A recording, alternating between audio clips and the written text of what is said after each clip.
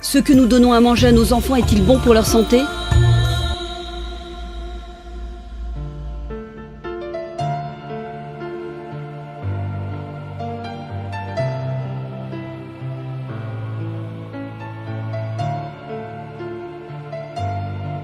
C'est peut-être le moment de revoir nos menus.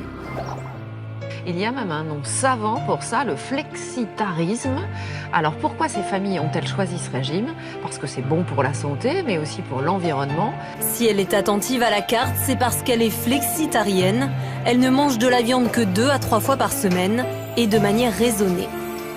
Pour moi, être flexitarienne, c'est évidemment contrôler et limiter ma consommation de viande et surtout être très regardante sur la qualité de ce que je vais consommer et garder en fait que la dimension vraiment plaisir de la consommation de viande.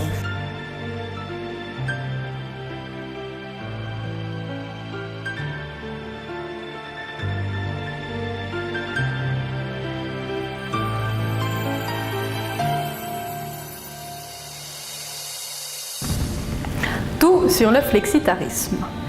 Vous l'avez certainement déjà entendu dans les médias, il faudrait diminuer sa consommation de viande. En effet, une consommation trop importante de viande augmente l'apparition de maladies cardiovasculaires et de certains cancers, mais a aussi des conséquences pour l'environnement, car de nombreuses ressources sont sollicitées, malheureusement avec un rendement à perte. De plus en plus de personnes se mettent alors au flexitarisme, un régime alimentaire souple, principalement végétarien, mais qui inclut de temps en temps la consommation de viande et de poisson. Les personnes flexitariennes privilégient alors d'autres groupes d'aliments pour couvrir leurs besoins en protéines. En effet, les alternatives en protéines dans notre alimentation sont nombreuses et variées, telles que par exemple les légumineuses, le tofu, les céréales, les fruits à coque, les produits laitiers ou encore les œufs. Idéalement, il ne faudrait pas manger plus de 2 à 3 portions de viande et de volaille par semaine et 1 à 2 portions de poisson. Jusqu'au début des années 90, la viande est considérée comme saine. Une conviction ébranlée par plusieurs scandales sanitaires. De plus, une conclusion de l'OMS a classé la viande rouge comme probablement cancérogène.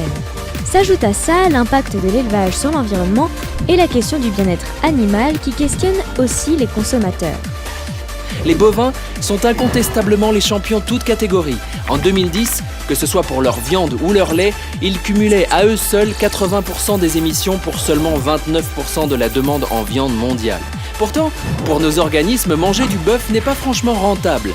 Seuls 5% des protéines ingurgitées par la bête au cours de son existence se retrouvent dans nos assiettes. Pire, la consommation excessive de viande rouge aggrave les risques de diabète et de maladies cardiovasculaires, 2 pathologies qui représentent à elles seules 30% des décès sur la planète. Selon l'OMS, la surconsommation de viande transformée comme le jambon ou les saucisses pourrait même s'avérer cancérogène.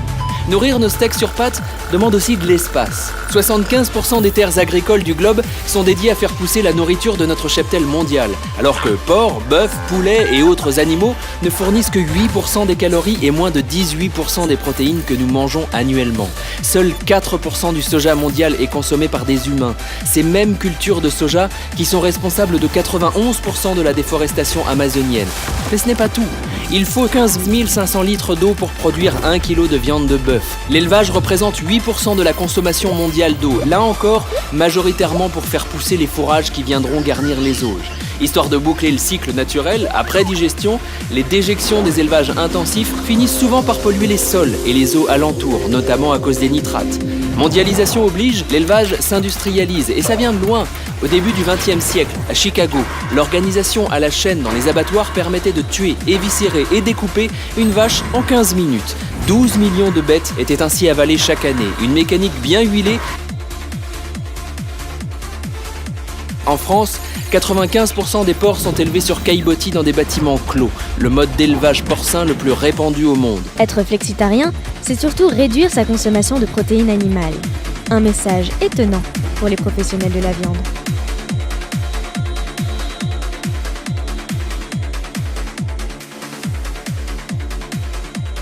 Pour remplacer de la viande qui vaut 30, 40, 50 € le kilo par des pâtes ou par des légumineuses ou par des fruits et légumes qui certes en valent quand ils sont bio 4, 5, 6 euros le kilo, eh bien, vous voyez bien que vous pouvez vous diminuer considérablement le coût de cette alimentation et vous pouvez du coup générer des marges de manœuvre pour acheter de l'alimentation de qualité. Si vous voulez, et c'est mon cas, en consommer une fois par quinzaine et le reste remplacé par des substituts de viande, c'est possible. Pour arriver à maturité, les bêtes d'élevage sont nourries avec des végétaux, beaucoup de végétaux. On estime ainsi qu'en moyenne, pour produire 1 calorie de viande, il faut dépenser 7 calories végétales. Il y a pas mal d'idées reçues sur la viande, notamment les gens qui pensent que manger de la viande à tous les repas, c'est conseillé, c'est même bon, que c'est riche en protéines, etc. Je ne dis pas que c'est pas riche en protéines, mais manger de la viande, vous n'êtes pas obligé de le faire à tous les repas pour que ça vous apporte les protéines et les aliments nécessaires dans votre régime alimentaire au quotidien.